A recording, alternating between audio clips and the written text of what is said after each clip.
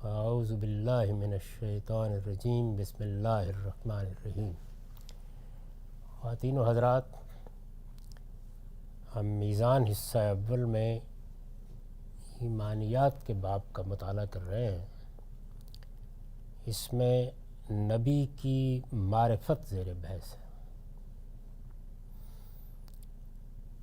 اس کے ابتدائی مباحث ہم بہت حد تک دیکھ چکے۔ اس کے بعد جب بات یہاں تک پہنچ گئی کہ اللہ جب کسی کو نبی بنا کر بھیجتے ہیں تو اس کے بعد بینات بھی نازل کرتے ہیں، یا بینات بھی اس کی مائیت میں ہوتی ہیں۔ بینات یعنی واضح نشانیاں جو فیصلہ کن ہو جائیں۔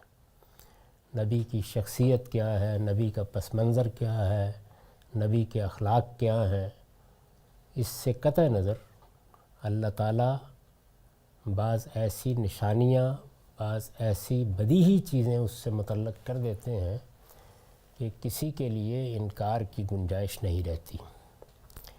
یہ بینات کیا ہیں؟ چنانچہ اس سے پہلے ہم جو بحث پڑھ رہے تھے اس میں آخری جملہ یہ تھا کہ قرآن سے معلوم ہوتا ہے کہ یہ بینات ہر نبی کو اس کے زمانے اور حالات کے لحاظ سے دی جاتی ہیں۔ یعنی اللہ تعالیٰ یہ دیکھ کر کہ کس قوم میں نبی مبعوث ہو رہے ہیں، کس زمانے میں ہو رہے ہیں، کن حالات میں ہو رہے ہیں، یہ بینات اس کو دیتے ہیں۔ بینہ کا مطلب ہے واضح دلیل، چیز کو واضح کر دینے والی چیز، ایسی بات کہ جس کے بعد آدمی کے لیے سب حقائق روشن ہو جائیں، تو یہ بینہ ہے۔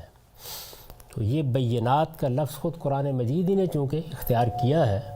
ہمارے ہاں اس مدعا کو ادا کرنے کے لیے بہت سے دوسرے الفاظ استعمال ہوتے ہیں، تو میں اسی کو صحیح سمجھتا ہوں۔ قرآن سے معلوم ہوتا ہے کہ یہ بینات ہر نبی کو اس کے زمانے اور حالات کے لحاظ سے دی جاتی ہیں۔ ان میں سے چند کا ذکر ہم یہاں کریں گے۔ یعنی یہ بینات تو بہت کچھ ہو سکتی ہیں، ہوتی بھی ہیں، لیکن جو اہم ترین ہیں، زیادہ نمایاں ہیں، جو فیصلہ کن ہو جاتی ہیں، ان میں سے چند کا ذکر یہاں کریں گے۔ پہلی بات، نبی بالعموم اپنے سے پہلے نبی کی پیشین گوئی کے مطابق اور اس کا مصداق بن کر آتا ہے۔ یعنی ایسے نہیں ہوتا کہ ایک اجنبی شخصیت ہے، اچانک اس نے دعویٰ کر دیا کہ میں پیغمبر ہوں۔ جن امتوں میں نبوت کی روایت موجود ہوتی ہے، ایک تو یہ ہے نا کہ کسی جگہ پہلے سے کوئی روایت نہیں ہے، کوئی پس منظر نہیں ہے، کوئی پہلے نبیوں کی تعلیم نہیں ہے، اور وہاں نبی بھیجا جا رہا ہے۔ اللہ تعالیٰ نے قرآن مجید میں ہمیں بتایا ہے کہ بہت سی قوموں کی طرف، بلکہ سیدنا ابراہیم سے پہلے ہر قوم کی طرف اللہ نے ایک رسول کو مبعوث کیا، اور مختلف پیرایوں میں اس حقیقت کو واضح کیا ہے، لکل امت الرسول لکل قوم ہاد، اور اسی طریقے سے دوسرے اسالیب ہیں۔ لیکن جہاں پر نبی کی روایت موجود ہے، نبوت کی روایت موجود ہے، وہاں نبی اپنے سے پہلے نبی کی پیشین گوئی کا مصداق بن کے آتا ہے۔ پہلی بنیادی چیز یہ ہے۔ چنانچہ یہی وجہ ہے کہ میں نے یہاں پر اس کو علی الاطلاق نہیں بیان کیا، بلکہ بالعموم کا لفظ لکھا ہے۔ یعنی اگر روایت موجود ہے، دو طرح کے معاشرے ہوں گے یا قومیں ہوں گی، ایک وہ کہ جن کے ہاں پہلے کسی نبی کے بارے میں کچھ نہیں ہے، کوئی روایت نہیں، کوئی شہادت دینے والا نہیں، کچھ نہیں ہے، اور کچھ وہ ہیں کہ جن کے ہاں یہ روایت موجود ہے پہلے سے۔ جیسے کہ رسالت مآب صلی اللہ علیہ وسلم کے معاملے میں ہم جانتے ہیں کہ خود سیدنا ابراہیم کی پیشین گوئی بھی موجود تھی، اور اس کے ساتھ وہاں اہل کتاب تھے، اور اہل کتاب کے ہاں تو آخری پیغمبر سیدنا مسیح علیہ السلام اسی مقصد سے مبعوث ہوئے، یعنی بنی اسرائیل پر اتمام حجت کر کے ان کا فیصلہ کر دیا جائے، اور آنے والے پیغمبر کی پیشین گوئی کر دی جائے۔ نبی بالعموم اپنے سے پہلے نبی کی پیشین گوئی یعنی پہلے سے خبر دیتا ہے، کون آئے گا، اس کے اوصاف و خصائص کیا ہوں گے، میرے بعد آئے گا، فاصلے سے آئے گا، یعنی یہ ساری بات بیان کر دی جاتی ہے پہلے نبی کی پیشین گوئی کے مطابق، اور اس کا مصداق بن کے آتا ہے۔ مصداق بن کے کا کیا مطلب ہوتا ہے؟ یعنی اس پیشین گوئی میں جو اوصاف و خصائص بیان کیے جاتے ہیں اس کی شخصیت بالکل اس کے مطابق ہوتی ہے۔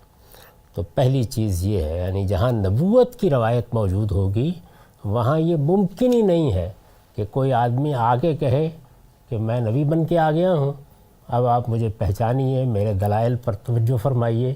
پہلے اگر پیغمبری کی روایت موجود ہے تو مثبت طور پر پیشین گوئی ہونی چاہیے۔ یہ بحث ہم ختم نبوت میں جا کے کریں گے، لیکن یہاں پر بھی ایک ضمنی پہلو سے اس کی طرف توجہ کر لینی چاہیے کہ ہماری امت میں صرف مسئلہ یہ نہیں ہے کہ محمد الرسول اللہ صلی اللہ علیہ وسلم کے بارے میں اعلان کر دیا گیا ہے کہ وہ خاتم النبیین ہے، نبوت ان پر ختم ہو گئی ہے، اس کے ساتھ یہ بھی ایک مسلمہ حقیقت ہے کہ محمد الرسول اللہ صلی اللہ علیہ وسلم نے کسی آنے والے کی کوئی پیشین گوئی نہیں کی۔ یعنی یہ نہیں بتایا کہ میرے بعد کوئی آئے گا، تمہیں اس کی پیروی کرنی ہے، اس کی عزت کرنی ہے، اس کا احترام کرنا ہے، اس کی بات سننی ہے۔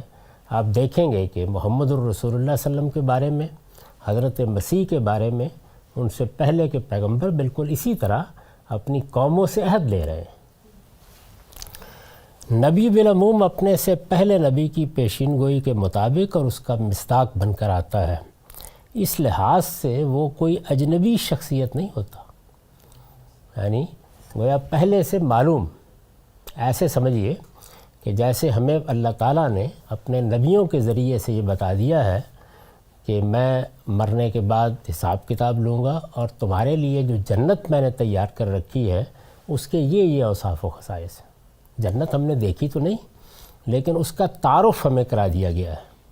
تو اب یوں نہیں ہے کہ ہم مر کے اٹھیں گے تو اچانک پتہ چلے گا کہ یہ کہاں آ گئے، بلکہ ہر مسلمان جو اللہ کی کتاب سے واقف ہے، اللہ کے پیغمبروں کی روایت سے واقف ہے، جنت اس کے لیے کوئی اجنبی چیز نہیں ہے۔ یعنی جب وہ سامنے آئے گی تو اس میں شبہ نہیں کہ اس کے اپنے اوصاف خصائص ہوں گے جو شاید اس وقت ہماری گرفت میں نہیں آتے، لیکن وہ اجنبی کوئی چیز نہیں ہوگی، ہم پہلے سے اسے جانتے ہیں۔ ہمیں معلوم ہے کہ اللہ تعالیٰ نے وہاں کیا نعمتیں رکھی ہیں، اپنے بندوں کے لیے کیا انعامات رکھے ہیں، یہ ہمیں بتا دیا گیا ہے۔ تو جیسے جنت کے بارے میں بتا دیا گیا ہے، بالکل اسی طرح سے جب پیغمبر دنیا سے رخصت ہوتا ہے تو وہ اپنے بعد میں آنے والے کے بارے میں پیشین گوئی کرتا ہے، اس کا تعارف کراتا ہے اور یہ بتاتا ہے کہ ان اوصاف و خصائص کی ہستی میرے بعد آئے گی، وہ اللہ کے پیغمبر ہوں گے اور تم نے ان کو ماننا ہے۔ اس لحاظ سے وہ کوئی اجنبی شخصیت نہیں ہوتا، لوگ اس سے متعارف بھی ہوتے ہیں اور اس کے منتظر بھی، یعنی دونوں چیزیں ضروری ہیں۔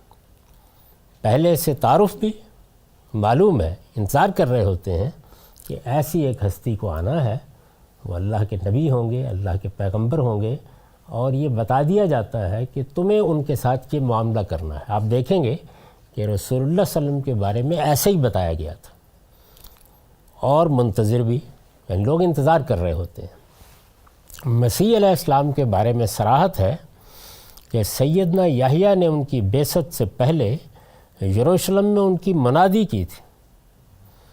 یعنی سیدنا مسیح علیہ السلام کے بارے میں آپ بائبل کا مطالعہ کریں تو وہاں بھی آپ کو اس کی تفسیر مل جائے گی۔ آپ قرآن مجید میں دیکھیں تو وہاں بھی یہ بتایا گیا ہے کہ سیدنا مسیح سے پہلے یحییٰ علیہ السلام اسی مقصد سے آئے، وہ گویا آنے والے کی منادی کر رہے تھے، لوگوں کو خبردار کر رہے تھے کہ تمہاری جڑوں پر کلہاڑا رکھا جا چکا ہے، آنے والا اب آ رہا ہے، اور جب وہ آئے گا تو تمہارا فیصلہ کر دیا جائے گا، یہ وہ کہہ رہے تھے۔ چنانچہ آپ اگر اناجیل کا مطالعہ کریں تو یہ معلوم ہوتا ہے کہ وہ چونکہ اس وقت جیل میں تھے تو انہوں نے پوچھوا بھیجا سیدنا مسیح کی جب بعثت ہوئی کہ تم وہی ہو جس کی میں منادی کر رہا تھا۔ تو گویا سیدنا مسیح علیہ السلام اچانک کہیں سے نہیں آ گئے تھے، ان سے پہلے آنے والا جو اس زمانے میں بھی موجود تھا وہ ان کی آمد سے قبل ان کی منادی کر رہا تھا، گلیوں بازاروں میں لوگوں کو بتا رہا تھا کہ تیار ہو جاؤ، وہ آنے والے ہیں۔ معاف کیجیے۔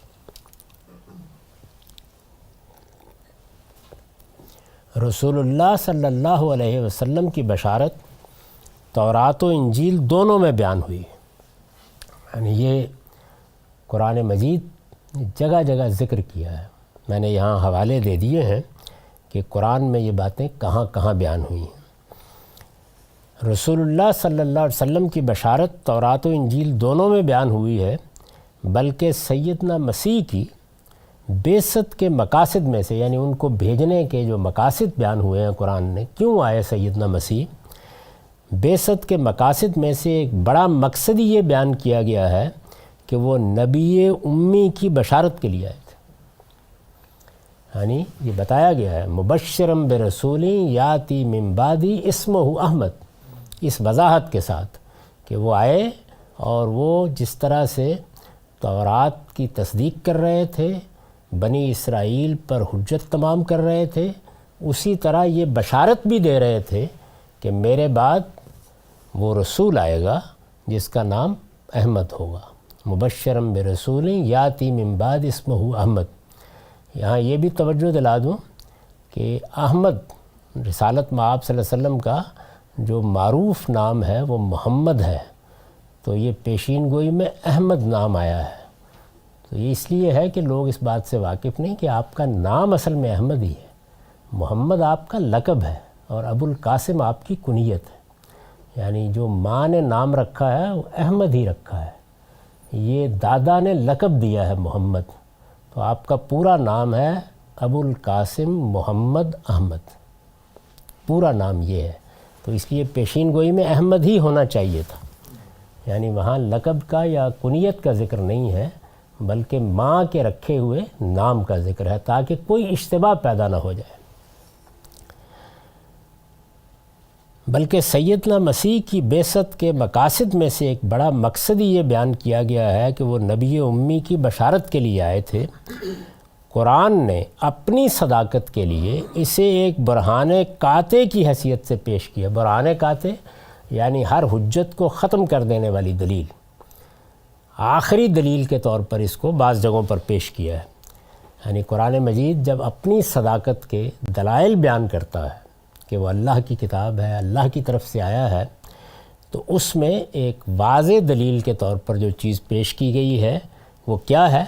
قرآن نے اپنی صداقت کے لیے اسے ایک برہان قاطع کی حیثیت سے پیش کیا ہے کہ بنی اسرائیل کے علماء اس کو اس طرح پہچانتے ہیں، یعنی قرآن کو، جس طرح ایک مہجور باپ اپنے موعود و منتظر بیٹے کو پہچانتا ہے۔ یعنی اگر کسی کا بیٹا باہر گیا ہوا ہو اور وہ واپس آئے تو جس طرح ایک باپ آگے بڑھ کر اس کو پہچان لیتا ہے، بالکل اسی طرح وہ پہچانتے تھے کہ یہ وہی کتاب ہے، یہ وہی پیغمبر ہیں، انہی کے بارے میں ہمیں بتایا گیا تھا۔ اس کو قرآن نے پیش کیا ہے جگہ جگہ۔ اس کے معنی یہ تھے کہ وہ رسول اللہ صلی اللہ علیہ وسلم کو بھی خوب پہچانتے تھے، یعنی قرآن مجید سے واقف تھے تو گویا صاحب قرآن سے بھی خوب واقف تھے۔ اس میں سوال ایک یہ ہوتا ہے کہ بنی اسرائیل کے لیے تو یہ واقعیت تھی مگر مشرکین کے لیے تو نہیں تھی، وہ مطلب ان پر کس طریقے سے یہ بات واضح ہو رہی تھی؟ دونوں آپس میں بھائی ہیں، دونوں ایک دوسرے سے دین کی روایت سنتے اور باخبر رہتے تھے۔ مشرکین کی تاریخ پڑھنے سے معلوم ہوتا ہے کہ وہ بڑی عزت دیتے تھے یہود کو اور سمجھتے تھے کہ ان کے ہاں نبوت کی روایت پائی جاتی ہے، تو قرآن مجید نے انہی کو پیش کیا۔ یعنی تورات سے، انجیل سے، کتابوں سے واقف تھے لوگ، ایسا نہیں ہے کہ وہ ان چیزوں کو جانتے نہیں تھے، ملنا جلنا تھا، ایک دوسرے کے ساتھ اخذ و استفادے کا تعلق تھا، حج کرنے آتے تھے۔ قرآن نے اپنی صداقت کے لیے اسے ایک برہان قاطع کی حیثیت سے پیش کیا ہے کہ بنی اسرائیل کے علماء اس کو اس طرح پہچانتے ہیں جس طرح ایک مہجور باپ اپنے موعود و منتظر بیٹے کو پہچانتا ہے، یعنی جس کا وہ انتظار کر رہا ہوتا ہے۔ اس کے معنی یہ تھے کہ وہ رسول اللہ صلی اللہ علیہ وسلم کو بھی خوب پہچانتے تھے۔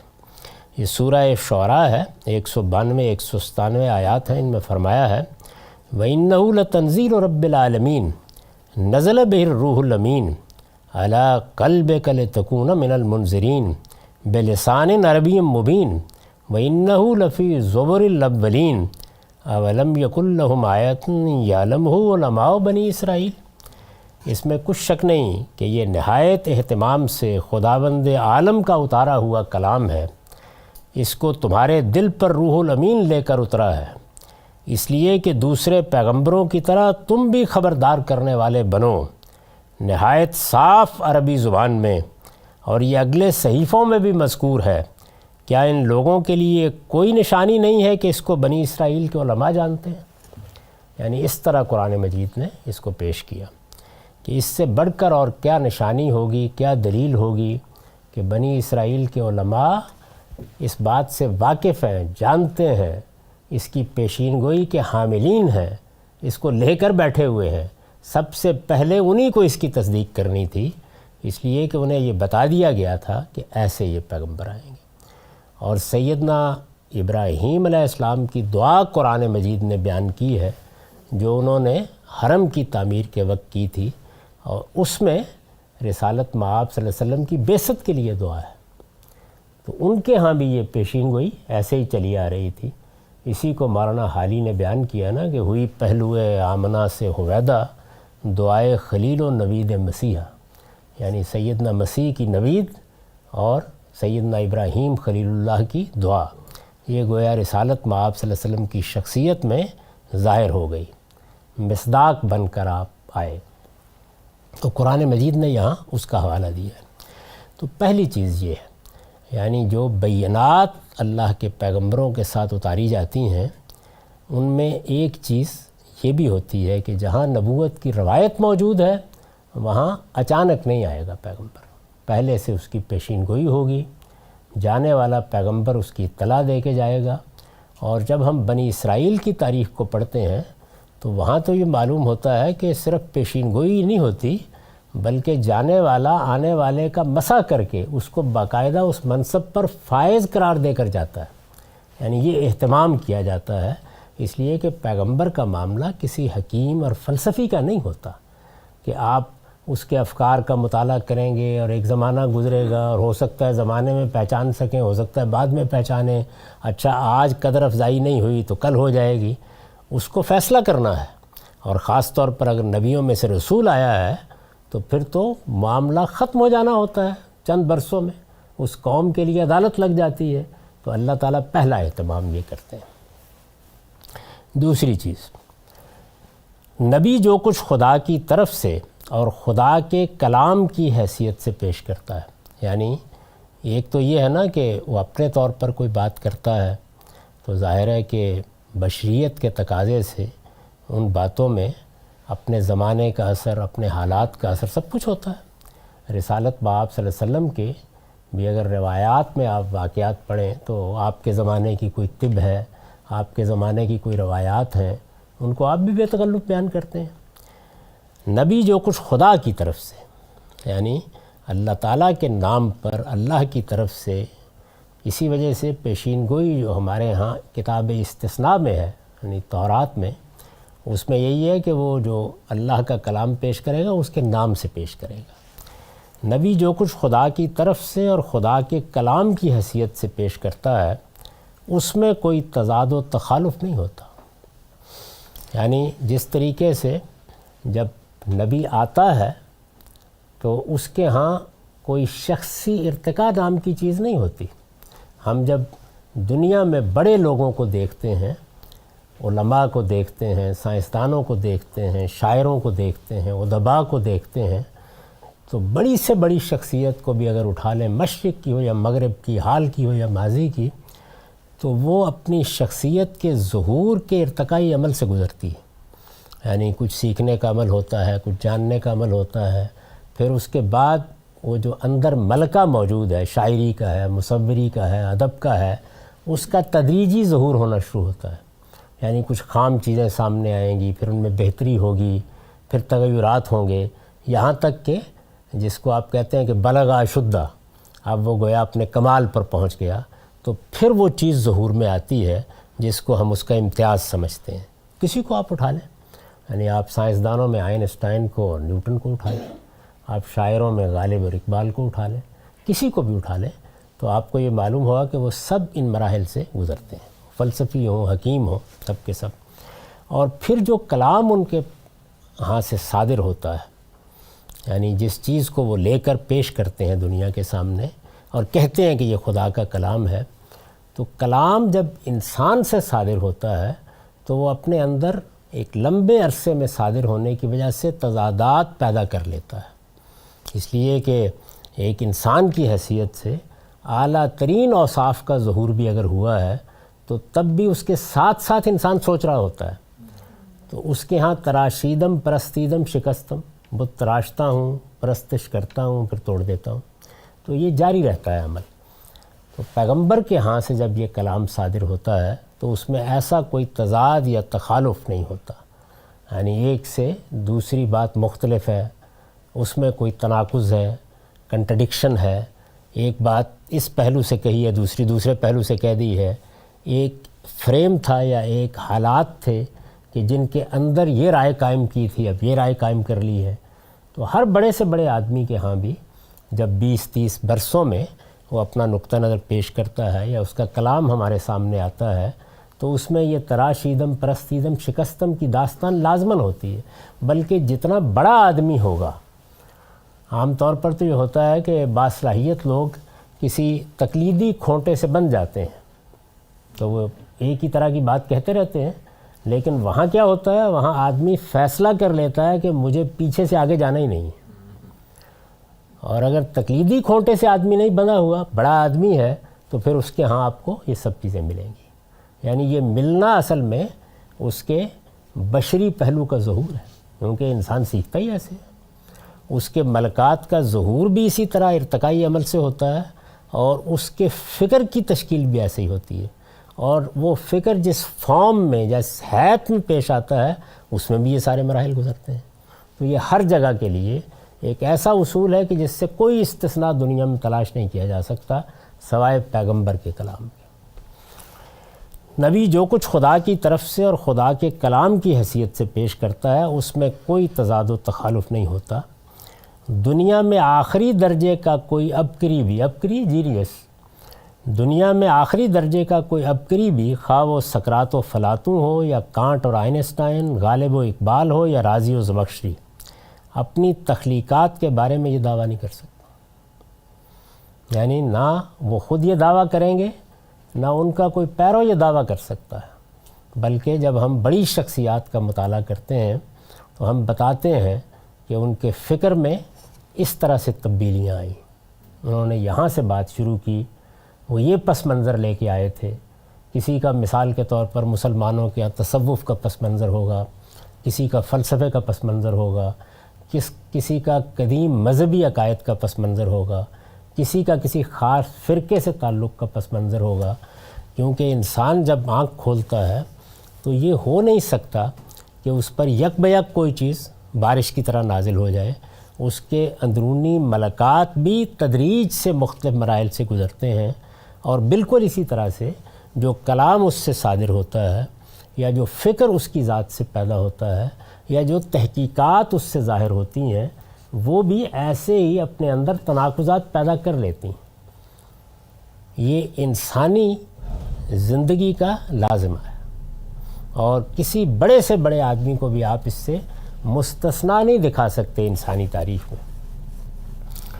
تو اس لیے میں نے لکھا ہے کہ دنیا میں آخری درجے کا کوئی ابکری بھی، خواہ وہ سقراط و فلاطوں ہو یا کانٹ اور آئنسٹائن، غالب و اقبال ہو یا رازی و زمخشری، اپنی تخلیقات کے بارے میں یہ دعویٰ نہیں کر سکتا. یعنی یہ نہیں کہہ سکتا کہ میرے ہاں 20 سال کی تخلیقات میں، 30 سال کی تخلیقات میں تم کوئی تضاد و تخالف نہیں دکھا سکتے. بلکہ تضاد، تخالف اور کنٹرڈکشن، تناقضات یہ حسن ہے یہاں. اس کا مطلب ہے کہ آدمی سوچتا ہے، اس کے ہاں بہتری ہوتی ہے، وہ ایک ہی جگہ نہیں بیٹھا رہتا.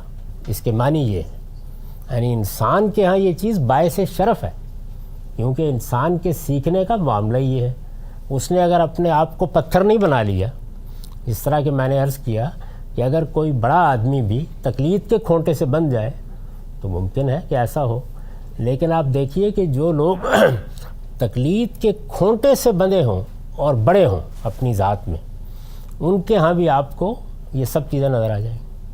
میں مثال دوں گا کہ دیوبندی علماء میں آپ علامہ انور شاہ کاشمیری کی چیزیں پڑھی، آپ پر یہ بات بالکل واضح ہو جائے گی کہ ایک عبقری شخصیت ہے، ایک غیر معمولی شخصیت ہے، اور اگرچہ اس حصار کو توڑنے کے لیے تیار نہیں ہے، یعنی وہ جو تقلید کا ایک طریقہ ہے اسی میں کھڑے ہیں، لیکن بہرحال اجتہادی بصیرت جگہ جگہ معلوم ہوتا ہے کہ چھلک رہی ہے، اس لیے کہ بڑے لوگوں کے ہاں اس کو آپ روک نہیں سکتے۔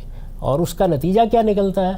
اس کا نتیجہ یہ نکلتا ہے وہی جس کو میں نے اس مصرعے کی صورت میں بیان کیا ہے کہ تراشیدم پرستیدم شکستم، یہ ہوتا ہے ہر انسان کا۔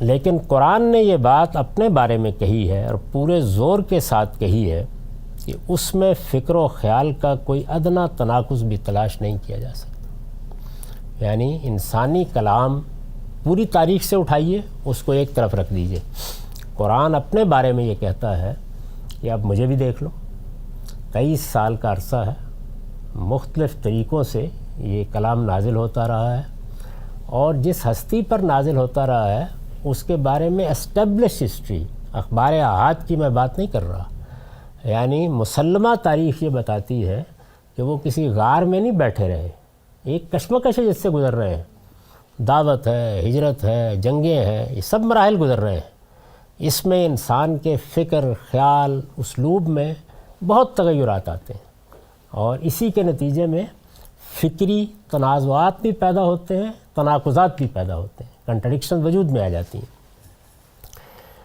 لیکن قرآن نے یہ بات اپنے بارے میں کہی ہے اور پورے زور کے ساتھ کہی ہے کہ اس میں فکر و خیال کا کوئی ادنا تناقض بھی تلاش نہیں کیا جا سکتا۔ کیا دنیا میں کوئی ایسا انسان بھی ہو سکتا ہے جو سال ہا سال تک مختلف حالات میں اور مختلف موقعوں پر اس طرح کے متنوع موضوعات، یعنی یہ بھی نہیں ہے کہ کوئی ایک ہی راگ ہے جو الاپا جا رہا ہے، قرآن مجید میں بہت گوناگون موضوعات پر گفتگو کی گئی ہے، یعنی دنیا کے، کائنات کے، انسان کے بے شمار حقائق ہیں جن سے متعلق گفتگو ہوئی ہے۔ کیا دنیا میں کوئی ایسا انسان بھی ہو سکتا ہے جو سال ہا سال تک مختلف حالات میں اور مختلف موقعوں پر اس طرح کے متنوع موضوعات پر تقریریں کرتا رہے، اور شروع سے آخر تک اس کی یہ تمام تقریریں جب مرتب کی جائیں تو ایک ایسے ہم رنگ اور متوافق مجموعہ کلام کی صورت اختیار کر لیں جس میں نہ خیالات کا کوئی تصادم ہو، نہ متکلم کے دل و دماغ میں پیدا ہونے والی کیفیات کی کوئی جھلک دکھائی دے، اور نہ رائے اور نقطہ نظر کی تبدیلی کے کوئی آثار کہیں دیکھے جا سکتے ہوں؟ یہ تنہا قرآن ہی کی خصوصیت ہے۔ یعنی انسان کو جب بھی آپ دیکھیں گے، میں نے بڑے لوگوں کا ذکر کیا ہے کیونکہ دنیا میں ایسا تو نہیں ہے نا کہ قرآن ہی ایک کلام ہے اور محمد الرسول اللہ ہی ایک بڑے آدمی ہیں، یعنی انسانی نقطہ نظر سے دیکھیں، پیغمبری سے قطع نظر کر کے، تو ایک کہکشاں ہے انسانوں کی جس میں بڑے بڑے فلسفی ہیں، بڑے بڑے حکماء ہیں، سب کی زندگی کا مطالعہ کریں اور سب کے کلام کا بھی مطالعہ کریں تو آپ یہ دیکھیں گے کہ جب وہ مختلف ادوار سے گزر کر اپنا نقطہ نظر پیش کرتے ہیں تو اس میں یہ سارے آثار آپ کو نظر آ جاتے ہیں جن کا یہاں ذکر کیا گیا ہے۔ یہ تنہا قرآن ہی کی خصوصیت ہے۔ چنانچہ سورہ نساء کی آیت 82 میں قرآن نے خود یہ بات پیش کی ہے، افلا یتدبرون القرآن ولو کان من عند غیر اللہ لوجدوا فیہ اختلافا کثیرا، پھر کیا یہ لوگ قرآن پر غور نہیں کرتے؟ اگر یہ اللہ کے سوا کسی اور کی طرف سے ہوتا تو اس میں وہ بہت کچھ اختلافات پاتے، یعنی پھر یہی نتیجہ نکلتا۔ پھر جو بڑے انسانوں کے کلام میں خصوصیت ہوا کرتی ہے اس میں بھی ہوتی، لیکن اس کا معاملہ کیا ہے؟ استاد امام لکھتے ہیں، قرآن کی ہر بات اپنے اصول اور فروع میں اتنی مستحکم اور مربوط ہے کہ ریاضی اور اقلیدس کے فارمولے بھی اتنے مستحکم و مربوط نہیں ہو سکتے۔ یعنی جیسے ایک ریاضی دان آپ کو ایک ایک چیز کو 2 اور 2 4 میں ڈھال کر دکھا دیتا ہے، قرآن کا پورا نظام فکر بھی ایسے ہی ہے۔ قرآن کی ہر بات اپنے اصول اور فروع میں اتنی مستحکم اور مربوط ہے کہ ریاضی اور اقلیدس کے فارمولے بھی اتنے مستحکم و مربوط نہیں ہو سکتے۔ وہ جن عقائد کی تعلیم دیتا ہے وہ ایک دوسرے سے اس طرح وابستہ و پیوستہ ہیں، یعنی جڑے ہوئے ہیں کہ اگر ان میں سے کسی ایک کو بھی الگ کر دیجئے تو پورا سلسلہ ہی درم برم ہو جائے۔ وہ جن عبادات و طاعت کا حکم دیتا ہے، یعنی جن چیزوں کو کرنے کے لیے کہتا ہے، بندگی کے جو تقاضے بیان کرتا ہے، وہ جن عبادات و طاعت کا حکم دیتا ہے، وہ عقائد سے، یعنی جو اس نے بنیادیں فراہم کی ہیں ایمانیات کی، وہ عقائد سے اس طرح پیدا ہوتی ہیں جس طرح تنے سے شاخیں پھوٹتی ہیں۔ وہ جن اعمال و اخلاق کی تلقین کرتا ہے، وہ اپنے اصول سے، یعنی جہاں سے وہ پھوٹ رہے ہوتے ہیں، وہ اپنے اصول سے اس طرح ظہور میں آتے ہیں جس طرح ایک شے سے اس کے قدرتی اور فطری لوازم ظہور میں آتے ہیں۔ یعنی اگر آپ فرو کو دیکھیں یا پھل کو دیکھیں تو درخت کو پہچان لیتے ہیں، اگر آپ درخت کو دیکھیں، جڑ سے دیکھیں، تو آپ پھل کی پیشین گوئی کر سکتے ہیں کہ یہ اس کے اوپر لگے گا۔ ایسا ربط ہے ہر چیز میں۔ اس کی مجموعی تعلیم سے زندگی کا جو نظام بنتا ہے وہ ایک بنیان مرصوص کی شکل میں نمایاں ہوتا ہے، یعنی جیسے سیسا پلائی ہوئی دیوار ہوتی ہے یا کوئی عمارت ہوتی ہے جس میں ایک ایک اینٹ قاعدے سے رکھی گئی ہے، اس شکل میں نمایاں ہوتا ہے، جس کی ہر اینٹ دوسری اینٹ سے اس طرح جڑی ہوئی ہے کہ ان میں سے کسی کو بھی الگ کرنا بغیر اس کے ممکن نہیں ہے کہ پوری عمارت میں خلا پیدا ہو جائے۔ تو قرآن مجید اپنے ربط میں، اپنے نظام میں، اپنی دعوت میں، اپنے فکر میں، اپنے اسلوب میں ایسی کتاب ہے، اور یہی وہ غیر معمولی انفرادیت ہے کہ آدمی اگر ذوق رکھتا ہو تو وہ اس کو محسوس کرتا ہے، اور اگر خاص طور پر اس نے فلسفے، سائنس اور ادب کی اعلیٰ چیزیں پڑھی ہوں اور بڑے لوگوں کو دیکھا ہو تو پھر تو یوں سمجھ لیجئے کہ وہ اسی طرح پہچان لیتا ہے کہ این کتاب از آسمان دیگر است، جیسے کہ پیچھے قرآن مجید نے تمثیل بیان کی ہے کہ یہ یہود قرآن کو ایسے ہی پہچانتے ہیں جس طرح کہ کوئی اپنے بیٹے کو پہچانتا ہے، اپنے موعود و منتظر بیٹے کو پہچانتا ہے جس کے انتظار میں کھڑا ہوتا ہے۔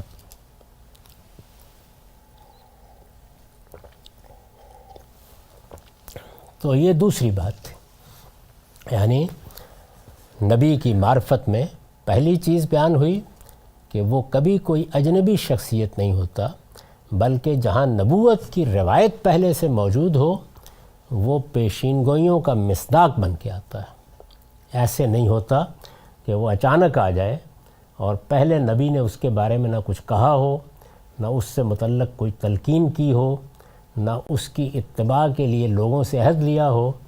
یہ سب کچھ پہلے موجود ہوتا ہے تو پھر وہ ایک متعارف شخصیت کی حیثیت سے آتا ہے۔ پہلی بات یہ تھی، یہ بینات ہیں جو قرآن نے نبی کی معرفت کے لیے بیان کی۔ دوسری چیز یہ تھی کہ جو کچھ نبی خدا کی طرف سے اور خدا کے کلام کی حیثیت سے پیش کرتا ہے وہ بشری خصوصیات سے ماورا ایک چیز ہوتی ہے، یعنی بشری خصوصیات جو بڑے لوگوں کے ہاں ہم دیکھتے ہیں کہ ان کے ملکات کا ظہور کیسے ہوتا ہے۔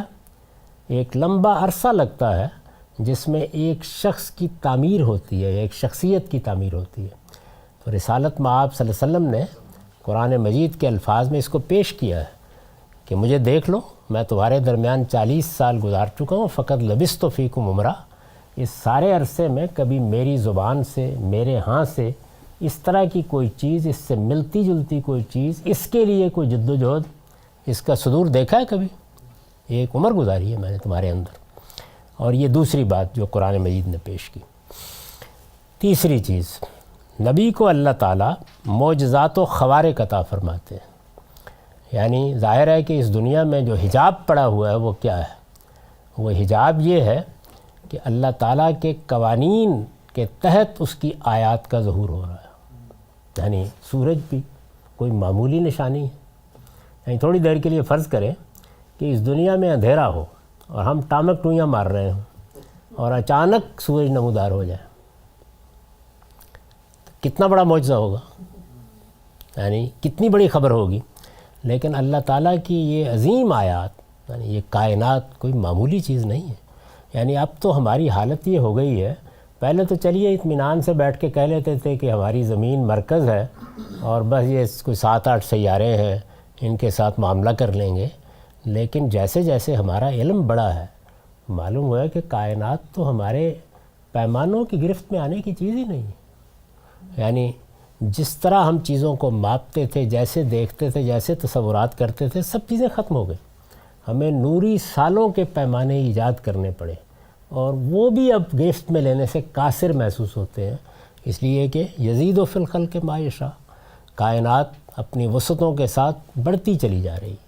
اتنی بڑی ہے کہ بڑی بھی شاید کوئی لفظ نہیں ہے اس کو تعبیر کر. اتنی عظیم ہے کہ عظیم کا لفظ بھی جو تاثر پیدا کرتا ہے وہ کائنات کے ساتھ موافقت یا مطابقت نہیں رکھتا. اور اتنی گوناگوں ہے، اتنی بو کلموں ہے، اس میں آیات الہی کا ایسے ظہور ہو رہا ہے. پھر مخلوقات، یعنی جو مادے کے ڈھیر پڑے ہوئے ہیں وہ تو اب ہے. مخلوقات، ان کے لیے زندگی کے لوازم، آپ اپنی زمین کا مطالعہ کر کے دیکھیے، اور مخلوقات میں جو تنوع ہے، کوئی ایک نیا جزیرہ دریافت ہوتا ہے، معلوم ہوتا ہے کہ کچھ نہیں دیکھا تھا اس سے پہلے، یہ ایک نئی دنیا یہاں پائی جاتی ہے. خود انسان، اس میں شعور کا ارتقاء. تو مادے سے حیات کا صدور، اس سے شعور، یہ کوئی معمولی چیز نہیں ہے یہ سب کچھ. لیکن چونکہ یہ قوانین کے تحت ہو رہا ہے اور تدریج سے ہو رہا ہے، یعنی کچھ لاز ہیں جن کے تحت یہ سب کچھ ہوتا چلا جا رہا ہے. ایک علت و معلول کا رشتہ بڑی دور تک دریافت کرنا آسان ہو جاتا ہے. تو میں یہ کہتا ہوں کہ یہ وہ حجاب ہے جو اللہ تعالیٰ نے اپنے چہرے پر ڈال دیا. یعنی یہ قوانین ہمیں اپنی گرفت میں لے لیتے ہیں، اور ہم متوجہ نہیں ہوتے کہ یہ کتنا بڑا اعجاز ہے جو ہمارے بچے کی پیدائشی کا اگر آپ مطالعہ کریں، یہ تو گھر میں پیدا ہوتا ہے نا، کوئی معمولی چیز ہے. کبھی آپ غور کریں اس بات کے اوپر کہ خام مواد میں آپ کیا ڈالتے ہیں اندر. یعنی اس میں کچھ نہیں ہوتا، بلکہ زندہ جانوروں کے گوشت کو ہی پہلے مردہ کرتے ہیں پھر اندر ڈالتے ہیں. خام مواد تو یہی جاتا ہے نا. لیکن جو مشینری آپ کے اندر لگی ہوئی ہے وہ آپ کی آنکھوں کے سامنے اس قطرہ آب کو پیدا کرتی ہے، آپ کی آنکھوں کے سامنے اس بیضے کو پیدا کرتی ہے. آپ دیکھتے ہیں اپنی مشینوں سے اب تو کہ اس کا ملاپ کس طریقے سے ہو رہا ہے، اور کیسے زندگی اور شعور اور سب چیزیں افلاطون اور ارسطو بن کے کھڑے ہو جاتا ہے آدمی آپ کے سامنے. تو یہ جو ظہور ہے اللہ تعالیٰ کی آیات کا، یہ معمولی چیز نہیں ہے. لیکن چونکہ قانون، قاعدے اور تدریج کا پردہ پڑا ہوا ہے اس کے اوپر، تو نتیجے کے طور پر آدمی متوجہ نہیں ہوتا. اللہ تعالیٰ اس پردے کو پیغمبر کی مائیت میں اگر چاہتے ہیں تو کبھی کبھی اٹھا دیتے ہیں. یعنی یہ جو تدریج کا پردہ ہے تو اس کو معجزہ کہا جاتا ہے، یا خارق عادت چیز کہا جاتا ہے، کہ جو قانون چل رہا تھا، جو علت و معلول کے رشتے قائم تھے، جو پردہ پڑا ہوا تھا، جو حجاب تھا، وہ حجاب اللہ نے اٹھا دیا. یعنی ہمارے ہاں سانپ کیسے پیدا ہو رہے تھے؟ محض قانون اور تدریج نے، سانپ کوئی معمولی چیز نہیں ہے، کسی ایک جانور کا مطالعہ کریں تو کوئی تعجب نہیں پیدا ہوتا تھا اس کے بارے میں، لیکن ایسا سانپ بن گیا. کیا کیا؟ یعنی وہی تدریج اور قانون کا پردہ اٹھا دیا، اس کے سوا تو کچھ نہیں کیا. تو یہ چیز خارق عادت، اسی لیے یہ اصطلاح ایجاد کی گئی. گویا اللہ تعالیٰ نے جو عادت یا قانون کا استمرار تھا اس کو توڑ دیا، خارق توڑ دینے والی چیز. اسی سے معجزہ، اعجاز. لیکن قرآن مجید ان اصطلاحات کو نہیں اختیار کرتے، وہ بینہ، آیا. اس سے یہ توجہ دلاتا ہے کہ آیات تو تمہارے گرد و پیش ہزاروں سینکڑوں معجزات بکھرے ہوئے تھے، لیکن چونکہ تم اس حجاب کی وجہ سے ان کی طرف متوجہ نہیں ہو رہے تھے تو آؤ تھوڑی دیر کے لیے حجاب اتار کے دکھا دیتے ہیں. تو یہ پہلو جو ہے یہ بھی پیغمبر کے آنے کے بعد ظہور پذیر ہوتا ہے. نبی کو اللہ تعالیٰ معجزات و خوارق عطا کرتے ہیں. معجزہ جو ہے اس کا مطلب ہے عاجز کر دینے والی چیز، یعنی ایک ایسی چیز کہ جو اپنے اندر بڑا اعجاز رکھتی ہے، بڑی ندرت رکھتی ہے، جو آپ کے سامنے ایک ایسی دنیا لے آتی ہے جس کا آپ تصور نہیں کر سکتے تھے. اور دوسری چیز کیا ہے؟ خوارق، یعنی جو عادت ہے. عادت کے مطلب عام قانون، روزمرہ کا ہمارا مشاہدہ، اس کے بالکل برخلاف، اس کو توڑ دیتے. یہ آپ کے علم میں ہے کہ قرآن مجید میں جب یہ کہا گیا کہ لن تجد لسنت اللہ تبدیلا، اللہ کی سنت میں آپ کوئی تبدیلی نہیں دیکھیں گے، تو اس سے استدلال کیا تھا بعض لوگوں نے کہ خوارق کیسے ہو سکتے ہیں. تو خوارق کے پس منظر کو میں نے واضح کر دیا، لیکن یہ بحث ظاہر ہے کہ آگے ایک تفصیل کے ساتھ سامنے آئے گی. یعنی نبی کیا ہوتے ہیں، نبوت کی ضرورت کیوں ہے، نبی کی بشریت، نبی کی عصمت، یہ سب چیزیں زیر بحث آئیں گی. یہ بحث نبی کی معرفت کی بحث ہے. اس میں ابتدائی مباحث کے بعد بات یہاں پہنچی تھی کہ اللہ تعالیٰ جب کسی کو نبی بنا کر بھیجتے ہیں تو اس کو بینات بھی عطا فرماتے ہیں، یعنی ایسی واضح نشانیاں جو اس کی نبوت کے لیے قطعی حجت بن جاتی ہیں، برہان قاطع بن جاتی ہیں. اس میں پہلی چیز کو ہم نے سمجھا کہ نبی بالعموم اپنے سے پہلے نبی کی پیشین گوئی کے مطابق اور اس کا مصداق بن کر آتا ہے.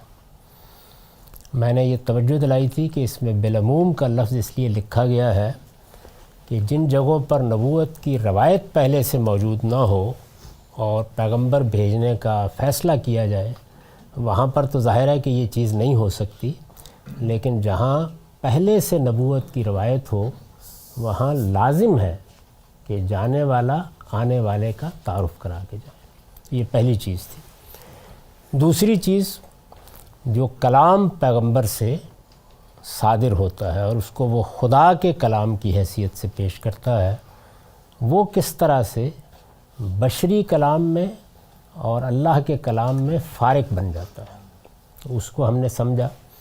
اس کے بعد تیسری چیز تک ہم پہنچ گئے تھے، اور وہ یہ تھی کہ نبی کو اللہ تعالیٰ معجزات و خوارق عطا فرماتے ہیں. اس میں نے یہ عرض کیا تھا کہ یہ جو دنیا ہمارے گرد و پیش میں ہے، یہ کائنات، اس کائنات کی وسعتیں، اس کی عظمتیں، اس میں گوناگون مخلوقات جو گنی نہیں جاتی، اور کتنی ہیں کہ جو وجود میں آئیں اور اب ہمارا علم ہمیں بتا رہا ہے کہ ناپید ہو گئیں، اور کتنی ہیں کہ جو نئی وجود میں آ رہی ہیں. ان سب کو بھی اگر آپ دیکھیں تو یہ آیات الہی کا غیر معمولی ظہور ہے، اللہ کی نشانیاں ہیں. جس کو ایک شاعر نے بیان کیا نا کہ ہر ورقے دفتریست معرفت کردگار، یعنی اگر آدمی دیکھنا چاہے تو ہر درخت کا ہر پتا یہ اللہ کی عظیم نشانی ہے، اور اس سے آپ اللہ کو پہچان سکتے ہیں.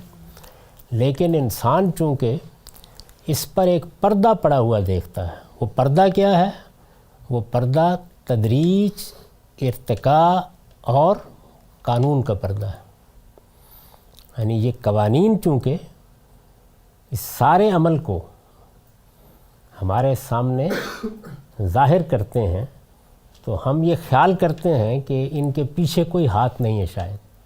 یعنی ایک کے بعد دوسری چیز علت و معلول کے رشتے سے وجود پذیر ہوتی چلی جاتی ہے، ہم اس پہ سوچتے نہیں. تو یہ حجاب اور یہ پردہ جو اللہ تعالیٰ نے ڈال رکھا ہے، ظاہر ہے کہ اس کو ڈالنا ضروری تھا. یعنی جس مقصد کے لیے ہمیں یہاں بھیجا گیا ہے اور جو شعور دیا گیا ہے، اس میں علم کا امتحان بھی ہونا تھا، عمل کا امتحان بھی ہونا تھا. تو علم کے امتحان کے لیے یہ پردہ ضروری تھا.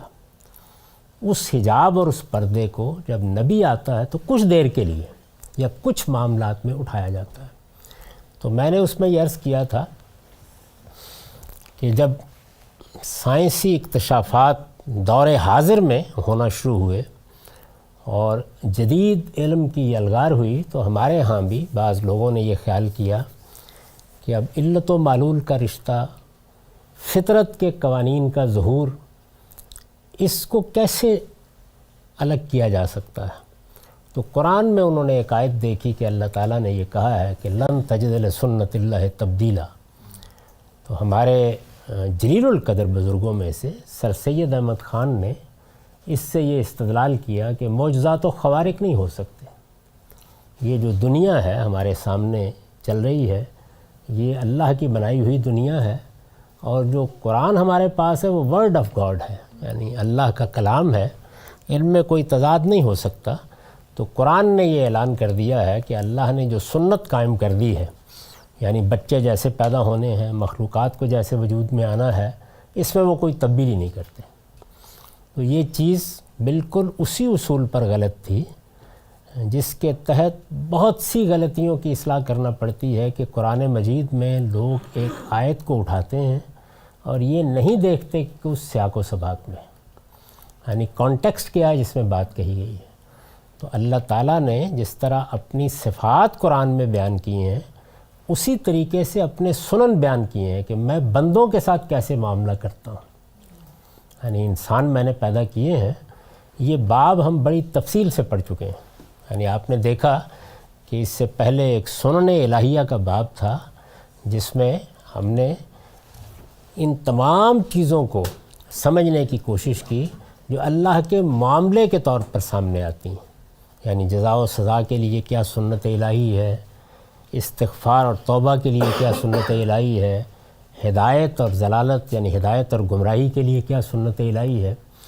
تو یہ سنت ہے جس کے بارے میں اللہ نے کہا ہے کہ یہ کبھی تبدیل نہیں ہوتی، اس کا قوانین فطرت سے کوئی تعلق نہیں ہے. مثلا اللہ کی یہ سنت ہے کہ جب وہ کسی قوم میں پیغمبر یا رسول بھیج دیتا ہے تو لازماً اس قوم کا فیصلہ کر دیتا ہے. تو آپ اس آیت کو یا اس مفہوم کی آیات کو 2-4 جگہوں پر ہیں، نکال کے دیکھیں، وہ سب ان سنتوں کو بیان کرتی ہیں. اللہ تعالیٰ نے جو قوانین فطرت کے بنا رکھے ہوئے ہیں انہیں وہ جب چاہے توڑ دے، جب چاہے حجاب اٹھا دے، جب چاہے ان میں تبدیلی کر دے، تو اس کی قدرت جب چاہے ظہور پذیر ہو جائے، اس سے متعلق کوئی ایسی بات نہیں کہی گئی. تو یہ محض ایک آیت کو یا کچھ آیات کو سیاق و سباق میں نہ رکھ کر دیکھنے کا نتیجہ ہے. نبی کو اللہ تعالیٰ معجزات و خوارق عطا فرماتے ہیں. یہ میں نے اس لیے اشارہ کر دیا کہ یہ بحث چونکہ ہمارے ہاں کم و بیش 50-60 سال تک رہی اور بہت لوگوں نے اس پر لکھا، اور پھر اس کے بعد ایک مسلک پیدا ہو گیا کہ معجزات و خوارق کو اسی دنیا کے نظام میں رکھ کر دیکھا جائے. بلکہ اگر آپ سیرت النبی میں شبلی کی بحث بھی پڑھیں تو آپ کو اس کے آثار اس میں نظر آ جاتے ہیں. تو یہ ضروری ہے کہ اس پر توجہ دلا دی جائے کہ ایسا نہیں ہے، قرآن مجید میں ایسی کوئی بات نہیں. نبی کو اللہ تعالیٰ معجزات و خوارق عطا فرماتے ہیں.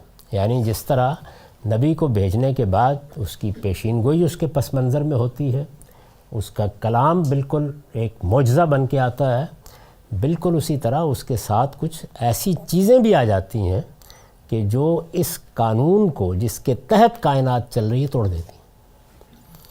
تو خوارق کا مطلب کیا ہے؟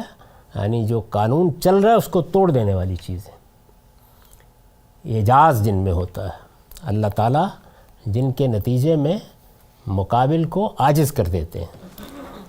نبی کو اللہ تعالیٰ معجزات و خوارق عطا فرماتے ہیں. سیدنا موسیٰ علیہ السلام اور سیدنا مسیح کو جو غیر معمولی معجزات دیے گئے ان کے بارے میں خود قرآن نے صراحت فرمائی ہے کہ وہ جن چیزوں پر دلالت کے لیے دیے گئے ان میں سے ایک ان نبیوں کی رسالت بھی تھی.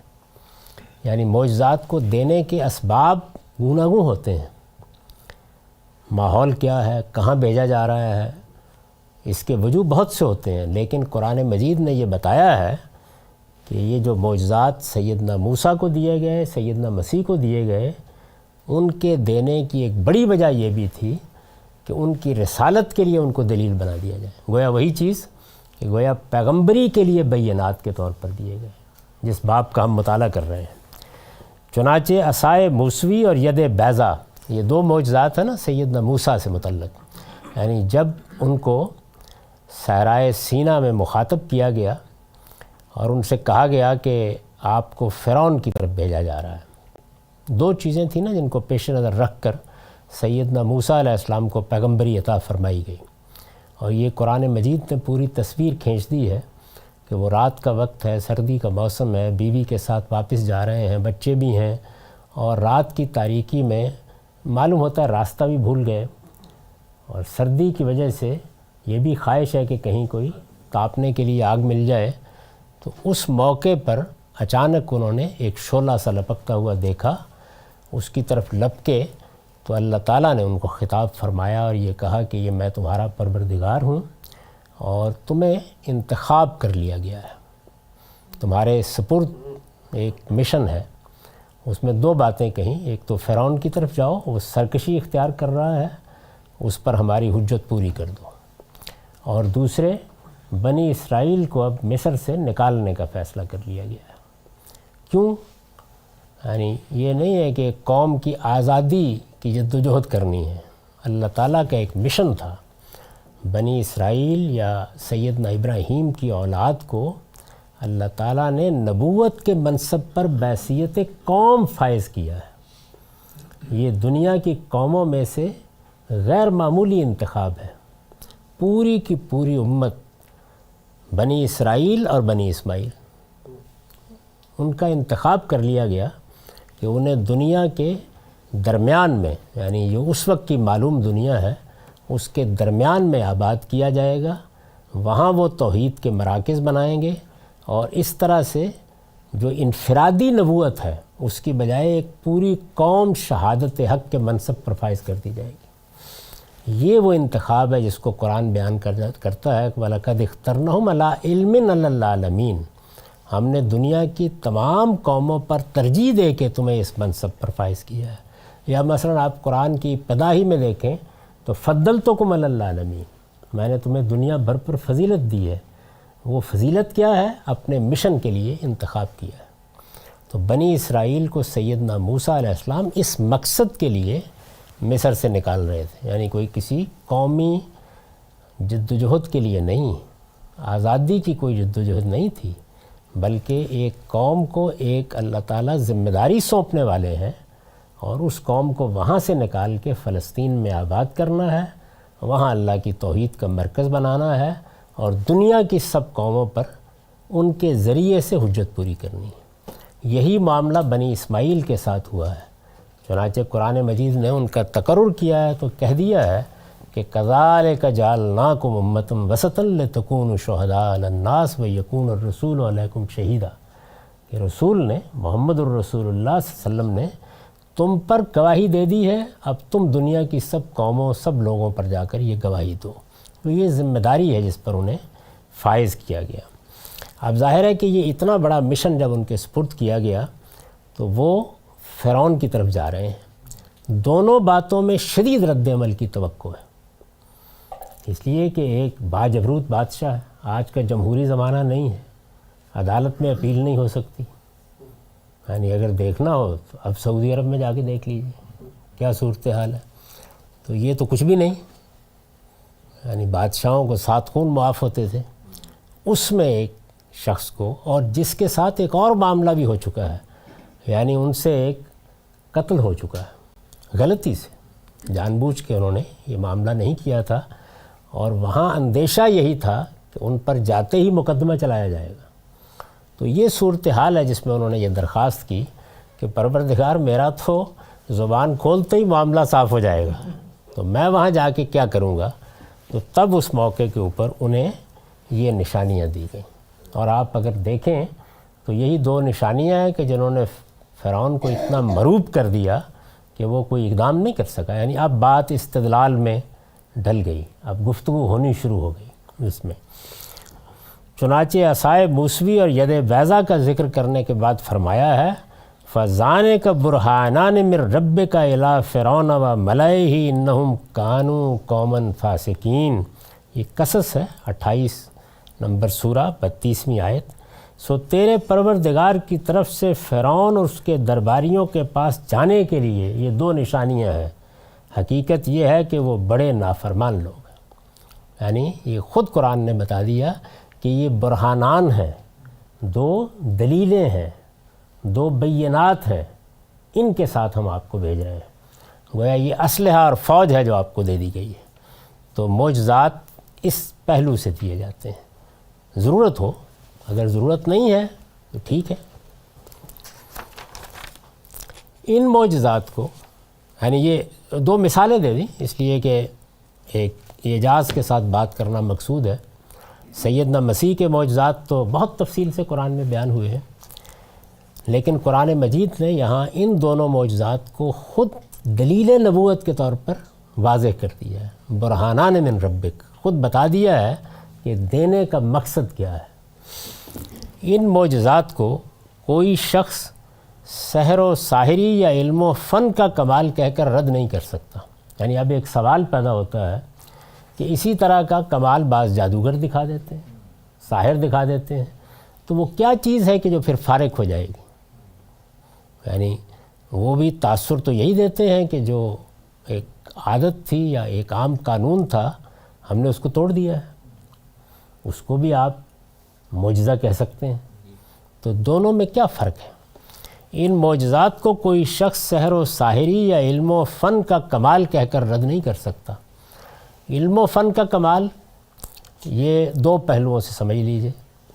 ایک اس پہلو سے کہ اس موجودہ زمانے میں یا پچھلے 150-200 سال میں ہم نے مادے کے اندر جو قوانین کام کر رہے تھے ان کو دریافت کر لیا، بہت قوانین کو دریافت کر لیا۔ یہ تو نہیں کہ سب کو کر لیا، لیکن بہت سے قوانین دریافت کر لیے۔ ان قوانین کو دریافت کرنے کے نتیجے میں ہم علم کی بنیاد کے اوپر معجزات و آیات کی ایک دنیا پیدا کرنے میں کامیاب ہو گئے۔ یعنی اس وقت میں یہاں بیٹھا ہوا ہوں اور دنیا بھر میں لوگ یہ درس سن رہے ہیں۔ اس کا کوئی آج سے 100 سال 50 سال پہلے تصور نہیں کر سکتا تھا۔ کوئی بیان کرتا تو اسے احمق اور پاگل قرار دے کر کہیں بھیج دیا جاتا۔ یہ کیا ہے؟ یہ علم و فن کا کمال ہے۔ یعنی یہاں کوئی جادوگری نہیں ہوئی، بلکہ مادے میں جو قوانین کار فرما تھے ان قوانین کو دریافت کر لیا گیا ہے، اور ان کو دریافت کر کے ایجادات ہو گئیں۔ کیونکہ جب کوئی قانون آپ دریافت کر لیتے ہیں تو اس قانون کا ظہور کیسے ہوگا یا اس سے کیا کام لینا ہے، وہ ٹیکنالوجی بھی خود بخود وجود میں آ جاتی ہے۔ یعنی پہلے قانون دریافت ہوتا ہے جو اسی دنیا میں کام کر رہا ہوتا ہے۔ اچھا، اس قانون کو پھر آپ کیا کرتے ہیں؟ یعنی اللہ تعالیٰ کے ہاں اس قانون کا ظہور جس شکل میں ہو رہا ہوتا ہے وہ ظاہر ہے کہ اللہ کا کام ہے، لیکن آپ اسی مادے کے اجزاء کو لے کر اس کا قالب تیار کرتے ہیں۔ یعنی میرے اندر بھی بلکہ تمام مخلوقات میں بھی کچھ قوانین ہیں جو کام کر رہے ہیں، جمادات، نباتات، مخلوقات میں اللہ کے کچھ قوانین کام کر رہے ہیں۔ ان قوانین کا ظہور ایک قالب میں ہوتا ہے، ایک پیراہن میں ہوتا ہے، ایسے ہی ہے نا؟ تو اب آپ نے جو اللہ کا بنایا ہوا پیراہن ہے وہ تو ابھی تک ایک قدم میں بھی کامیابی نہیں ہو سکی۔ یعنی نہ ہم مادہ وجود میں لا سکے ہیں کہ لیبارٹری میں بنا کے دکھا دیں، نہ مادے سے حیات پیدا کر سکے ہیں، اور نہ حیات میں شعور لا سکے ہیں۔ وہاں تو ایک قدم بھی نہیں اٹھایا جا سکا۔ لیکن جو مادے میں قوانین کام کر رہے ہیں ان کے لیے ہم ایک مصنوعی قالب تیار کرنے میں کامیاب ہو جاتے ہیں۔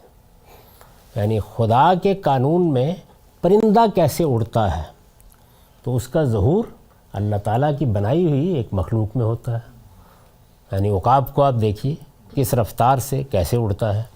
ان قوانین کا آپ نے مطالعہ کیا جو اس کے اڑنے کا باعث بنتے ہیں، اور اس کے لیے قالب آپ نے خود تیار کر لیا۔ وہ اب ظاہر ہے کہ جہاز کی صورت میں تیار ہو گیا۔ یہ ذہن میں رکھیں کہ اللہ تعالیٰ یہ کہتے ہیں کہ یہ بھی میری نشانی ہے۔ یعنی پرندہ تو میری نشانی تھا ہی، یہ تمہارا جہاز بھی میری نشانی ہے۔ آپ فرمائیں گے کہاں فرمایا ہے؟ قرآن میں دیکھیے، کشتی انسان نے بنائی ہے نا، تو اللہ تعالیٰ کہتے ہیں میری نشانی ہے۔ اس لیے کہ وہ جو آپ کو اللہ تعالیٰ نے علم اور شعور اور عقل دی ہے اسی کی دی ہوئی ہے، اس کو کام میں لا کر آپ نے اللہ ہی کے قانون کو دریافت کیا ہے جو کسی مخلوق میں کار فرما تھا، اور اللہ کے اسی قانون کے لیے آپ نے ایک اور قالب تیار کیا ہے۔ اور وہ قالب جب آپ نے تیار کیا ہے اللہ کی دی ہوئی عقل سے، تو یہ امیٹیشن ہے۔ یعنی اس قانون میں جو اللہ کے بنائے ہوئے قالب ہیں ان کی محاکات کر دیا آپ نے، ان کو دہرا دیا ہے۔ جب آپ نے ان کو دہرایا تو اللہ تعالیٰ کہتے ہیں کہ یہ پہاڑ اور یہ سمندر ہی میری نشانی نہیں ہے، ان سمندروں میں چلتی ہوئی کشتی بھی میری نشانی ہے، اور یہ جو المنشات فی البحر کالعلام، یہ جو پہاڑوں کی طرح بڑے بڑے جہاز، بادبانی جہاز کھڑے ہیں، یہ بھی میری نشانی ہے۔ تو یہ انہی کی نشانیوں اور آیات کا ظہور ہے جس کو ہم دیکھتے ہیں۔ تو یہ میں عرض کر رہا تھا کہ یہ علم و فن کا کمال ہے۔ علم و فن کا ایک دوسرا پہلو ہے، یعنی یہ مادے کے قوانین ہیں جو دریافت ہوئے ہیں، اسی کا ایک دوسرا پہلو نفس کے قوانین ہے۔ یعنی دنیا میں دو چیزیں ہیں، یہ بڑی فلسفیانہ بحث ہے اور اس میں صدیاں گزری ہیں کہ ان میں سے کون اصل ہے۔ یعنی مادہ اصل ہے جس کی تالیف سے حیات پیدا ہو گئی اور شعور پیدا ہو گیا، یا ذہن اصل ہے جس نے مادے کا پیراہن اختیار کر لیا ہے۔ لیکن یہ بحث اس وقت کرنے کی نہیں ہے۔ اس وقت تو مجھے یہ بتانا ہے آپ کو کہ یہ جو دنیا کا نظام ہے، جس طریقے سے یہ چل رہا ہے، اس میں جیسے مادے کے قوانین کا مطالعہ کر کے یہ معجزات آپ نے پیدا کر دیے ہیں، یہ کشتیاں چل رہی ہیں، جہاز اڑ رہے ہیں، یہ ٹیکنالوجی آپ کے ہاں مواصلات کے نظام کو ایک نئی دنیا میں لے آئی ہے۔ بلکہ کہا جا سکتا ہے کہ شاید سب سے بڑا اعجاز جو ہے وہ یہ انٹرنیٹ کی صورت میں سامنے آیا ہے۔ یعنی کیسے اس نے پوری دنیا کو ملا دیا ہے ایک دوسرے کے ساتھ۔ اگر آپ دیکھیں تو پچھلے 10-12 سال میں جو چیزیں آپ کے ہاتھ میں آ گئی ہیں، ذرا کبھی آنکھیں بند کر کے تصور کریں، یعنی کوئی سوچ سکتا تھا ان کے بارے میں؟ اندازہ کر سکتے ہیں کہ یہ آیات الہی کا کیسا ظہور ہے۔ تو قدیم زمانے میں نفس کے علوم کا بہت عروج رہا ہے۔ تو قرآن مجید نے یہ بتایا ہے کہ سیدنا سلیمان کے دربار میں ایک ایسا شخص تھا، الذی عنده علم من الکتاب، اس کے پاس نوشتہ خداوندی کا، قانون خداوندی کا ایک علم تھا۔ عربی زبان میں لفظ کتاب صرف بک کے معنی میں استعمال نہیں ہوتا، قانون کے معنی میں استعمال ہوتا ہے۔ تو اس کے پاس اللہ کے قانون کا علم تھا۔ اس نے کیا کیا؟ 1500 کم و بیش میل سے وہ ملکہ بلقیس کا تخت چشم زدن میں اٹھا لایا۔ اب دیکھیے، وہاں چشم زدن بولتے ہیں تو ہم کہتے ہیں کہ حیرت ہو گئی، یہاں سے ہم سب چشم زدن میں جا رہے ہیں دنیا بھر میں۔ ایک آنکھ جھپکنے میں یعنی ہماری حرکات، سکنات، یہ پورا کا پورا کمرہ، اس میں بیٹھے ہوئے لوگ، آپ چاہے لے جائیں، شبی جاتی ہے تو وہ تخت اٹھا لے گیا۔ تو نفس کے اندر جو قوانین ہیں ان کا وہ ایک عالم تھا۔ علم و فن کا کمال بھی معمولی نہیں ہوتا۔ ان معجزات کو اب یہ سوال پیدا ہوتا ہے کہ سحر و ساحری ہمارے نفس پر اثر انداز ہوتی ہے اور چیزیں ہم کو جیسے کوئی دکھانا چاہتا ہے ویسے نظر آ جاتی ہیں، وہاں حقیقی تبدیلی نہیں ہوتی۔ لیکن یہ علم و فن یہ تو حقیقی صورتحال پیدا کر دیتے ہیں، یعنی ہمیں اٹھا کے لے جاتے ہیں، ہماری آواز اٹھا کے لے جاتے ہیں، وہ تخت اٹھا کے لے آیا، یہ معمولی بات تو نہیں ہے۔ تو اب یہ علم و فن کے کمالات بھی موجود ہوں گے نا دنیا میں، اور سحر و ساحری بھی موجود ہے۔ اس کے درمیان میں معجزہ اپنی انفرادیت کیسے ثابت کرے گا؟ یعنی اگر یہ بینہ ہے تو یہ بینہ کیسے بنے گی؟ یہ سوال ہے۔ اس پس منظر میں نے آپ کو اس لیے بتایا کہ یہ سوال ہے جس پر ہم گفتگو کر رہے ہیں۔ ان معجزات کو کوئی شخص سحر و ساحری یا علم و فن کا کمال کہہ کر رد نہیں کر سکتا۔ اس لیے اب استدلال کیا ہے؟ اس لیے کہ اس طرح کے علوم و فنون کی حقیقت اس کے ماہرین سے بہتر کوئی نہیں سمجھ سکتا۔ یعنی اگر کوئی علم و فن ہے یا سحر و ساحری ہے تو جس دور میں موجود ہوگی اس کے ماہرین سے بہتر کوئی نہیں جانتا کہ یہ ہم کیسے کرتے ہیں۔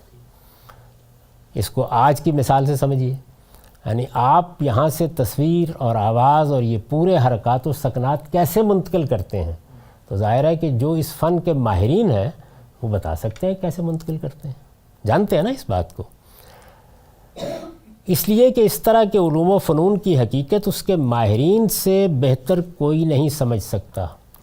اب ہوتا کیا ہے، جب معجزہ سامنے آتا ہے تو اس کے ماہرین ہی اعتراف جس پر مجبور ہوتے ہیں، یعنی عام لوگ نہیں، اس کے ماہرین ہی اس کو بھی اسی طرح سمجھ لیجئے کہ آج اگر کوئی پیغمبر کوئی بینہ پیش کرے آ کے، اب تو نبوت ختم ہو گئی، اس کا سوال نہیں رہا، لیکن اگر پیش کرے تو کوئی آدمی یہ کہے کہ یہ سائنسدان بھی یہ کرتے ہیں، آپ نے بھی کر دیا، تو سائنسدان ہی اعتراف عجز پر مجبور ہوں گے، تبھی وہ فارغ ہو جائے گا، یعنی معلوم ہو جائے گا کہ وہ کیا چیز ہے اور یہ کیا چیز ہے.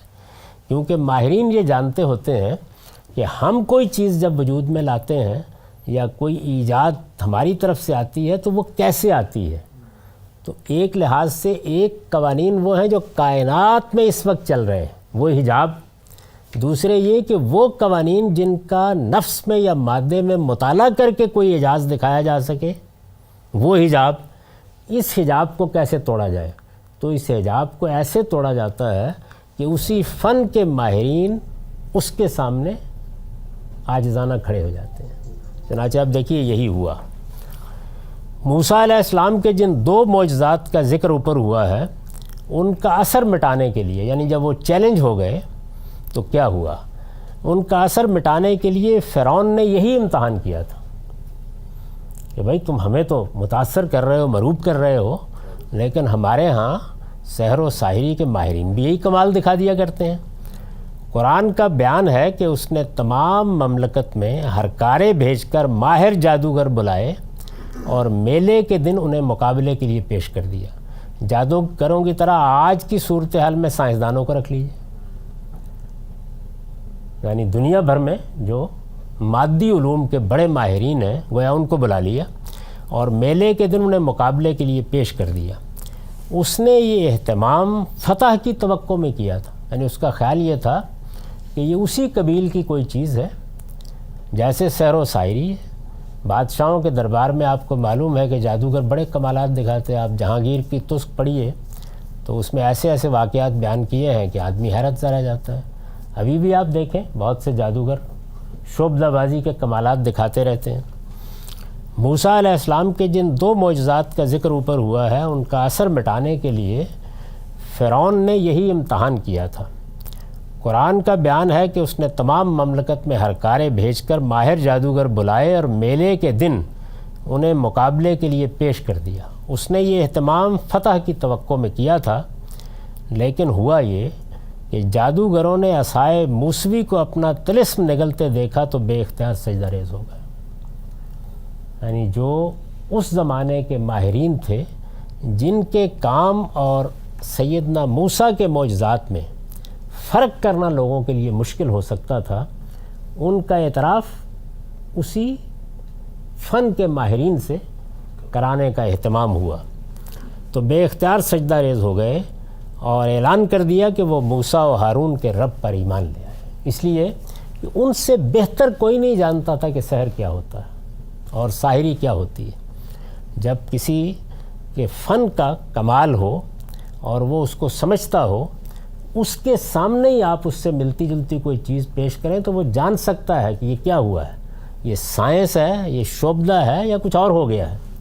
تو وہ پہچان گئے یہ ایمان، یعنی وہ جب ایمان لائے تو یہ ایمان چونکہ حقیقت کو بچشم سر یعنی سر کی آنکھوں سے دیکھ لینے سے پیدا ہوا تھا، اس لیے ایسا راسخ تھا کہ فرعون نے جب انہیں دھمکی دی کہ میں تمہارے ہاتھ پاؤں بے ترتیب کاٹ دوں گا اور تمہیں کھجور کے تنوں پر سر عام سولی کے لیے لٹکا دوں گا، تو وہی جادوگر جو چند لمحے پہلے بڑی لجاجت کے ساتھ اس سے انعام کی درخواست کر رہے تھے، پکار اٹھے کہ ماہ نخشب اور خورشید جہاں تاب کا یہ فرق دیکھ لینے کے بعد ہمیں کسی چیز کی کوئی پرواہ نہیں.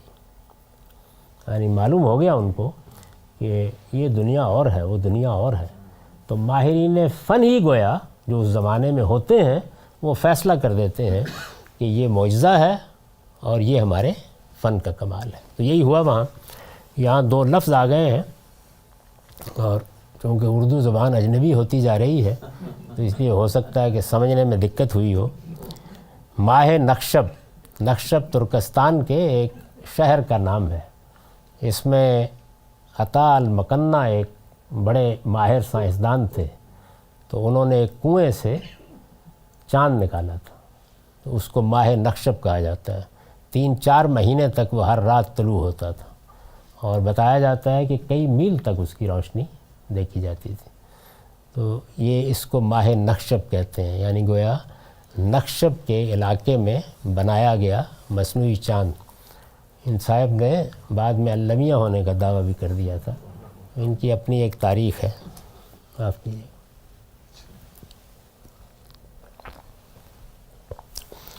تو ماہ نخشب اور خورشید جہاں تاب، یعنی یہ جو سورج آپ کے سروں پر چمکتا ہے، تو اس کا فرق یہ واضح ہو جاتا ہے، اور یہ عطا المکنہ سے بہتر کوئی نہیں جانتا کہ اس آفتاب میں جو آسمان پر چمک رہا ہے اور میرے بنائے ہوئے چاند میں کیا فرق ہے۔ تو ان دونوں کو سمجھ لیجئے۔ یہ ایمان یعنی جادوگروں نے جب اس کی شہادت دی تو یہ ایمان چونکہ حقیقت کو بچشم سر دیکھ لینے سے پیدا ہوا تھا، اس لیے ایسا راسخ تھا کہ فرعون نے جب انہیں دھمکی دی کہ میں تمہارے ہاتھ پاؤں بے ترتیب کاٹ دوں گا اور تمہیں کھجور کے تنوں پر سر عام سولی کے لیے لٹکا دوں گا، تو وہی جادوگر جو چند لمحے پہلے بڑی لجاجت کے ساتھ، یعنی گویا جیسے کہ عام طور پر اس طرح کے لوگ پس ذہن کے ہوتے ہیں تو انعام اکرام کی درخواست کر رہے ہوتے ہیں، اس سے انعام کی درخواست کر رہے تھے، پکار اٹھے کہ ماہ نخشب اور خورشید جہاں تاب کا یہ فرق دیکھ لینے کے بعد ہمیں کسی چیز کی کوئی پرواہ نہیں، یعنی وہ مرنے کے لیے تیار ہو گئے۔ اس درجے میں حق واضح ہوا ان کے اوپر، کوئی شبہ نہیں رہ گیا۔ اب انہیں ایک بادشاہ، ایک باجبروت بادشاہ کہہ رہا ہے کہ سولی دے دوں گا، وہ کہتا ہے کوئی پرواہ نہیں ہے، اس لیے کہ ہم نے بچشم سر، ان سر کی آنکھوں سے حق کو دیکھ لیا ہے، یہ بات واضح ہو گئی ہے۔ تو قرآن مجید نے ان کا جواب نقل کیا ہے سورہ طٰہٰ میں، 72-73 آیات ہیں۔ قالوا لن نُوصِرَكَ عَلَىٰ مَا جَاءَنَا مِنَ الْبَيِّنَاتِ وَالَّذِي فَطَرَنَا فَاقْضِ مَا أَنتَ قَاضٍ إِنَّمَا تَقْضِي هَٰذِهِ الْحَيَاةَ الدُّنْيَا إِنَّا آمَنَّا بِرَبِّنَا لِيَغْفِرَ لَنَا خَطَايَانَا وَمَا أَكْرَهْتَنَا عَلَيْهِ مِنَ السِّحْرِ وَاللَّهُ خَيْرٌ وَأَبْقَىٰ۔ کیا بات ہے!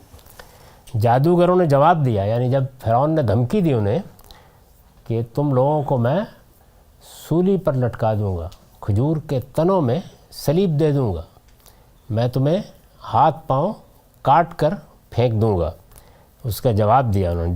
جادوگروں نے جواب دیا ہم ان روشن نشانیوں پر ہرگز تم کو ترجیح نہ دیں گے، یعنی اب جو کرنا ہے کر لو، ہم ان روشن نشانیوں پر ہرگز تم کو ترجیح نہ دیں گے جو ہمارے سامنے آ چکی ہیں، اور نہ اس ذات پر جس نے ہمیں پیدا کیا ہے۔ یعنی اب ایک طرف تم ہو، ایک طرف ہمارا پروردگار ہے، ایک طرف تمہاری دھمکی ہے، دوسری جانب وہ روشن نشانیاں، وہی بینات ہیں۔ عَلَىٰ مَا جَاءَنَا مِنَ الْبَيِّنَاتِ، وہی لفظ انہوں نے استعمال کیا۔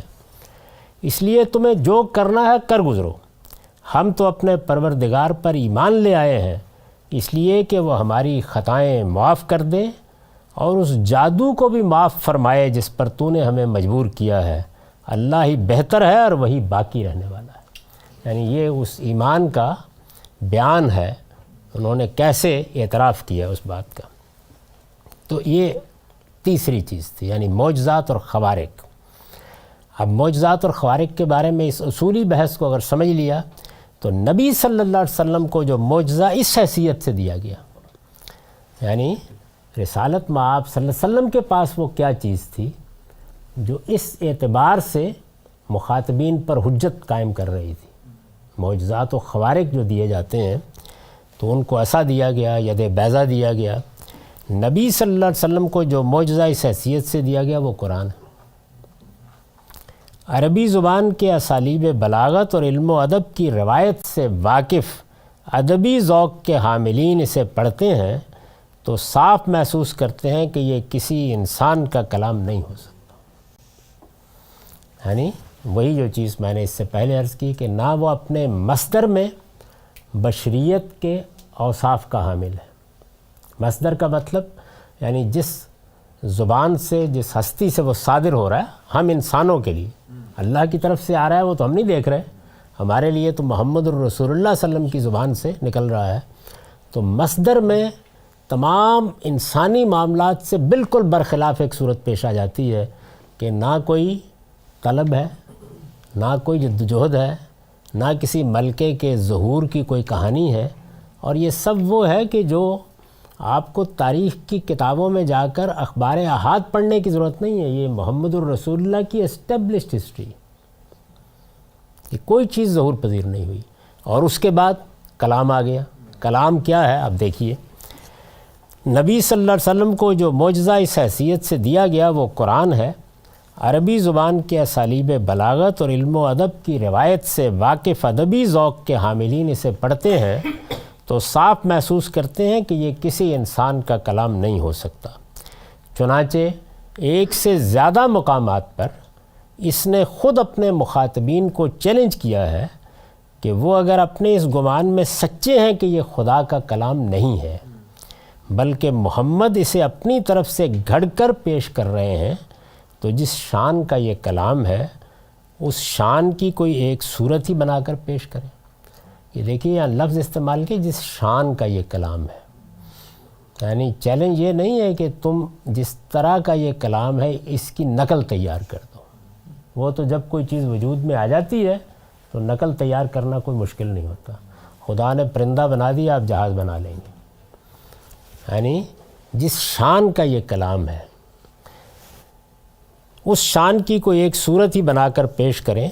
ان کی قوم کا ایک فرد اگر ان کے بقول بغیر کسی علمی اور ادبی پس منظر کے یہ کام کر سکتا ہے تو انہیں بھی اس میں کوئی دقت نہ پیش آنی چاہیے. یہ ہے اصل چیلنج. یعنی نہ پیچھے کوئی تیاری، نہ کسی ملکے کے ظہور کا ارتقائی سفر، کوئی چیز موجود نہیں ہے.